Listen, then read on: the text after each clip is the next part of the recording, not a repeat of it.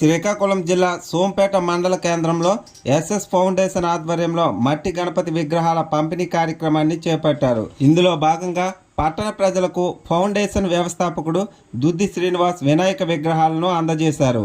మట్టి గణపతి విగ్రహాలను పూజిద్దాం, పర్యావరణాన్ని రక్షిద్దామంటూ శ్రీనివాస్ పిలుపునిచ్చారు.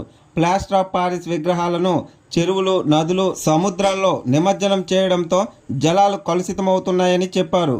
కావున ప్రతి ఒక్కరూ మట్టి వినాయకుడి విగ్రహాలను పూజించి పలువురికి ఆదర్శంగా నిలవాలని తెలిపారు.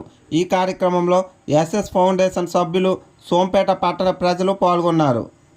ఆ మట్టి వినాయకుని ధ్యానించి పూజించి మీ వ్యక్తిత్వాన్ని ప్రకటించి తీసుకుని దాని సాగా పూజించి నవరాత్రులు చేసి ఆ భగవంతుడు కరుణ సేవా ఫౌండేషన్ సోంపేట, ఎస్ఎస్ సేవా ఫౌండేషన్ సోంపేట మన ప్రియతమ నాయకుడు మన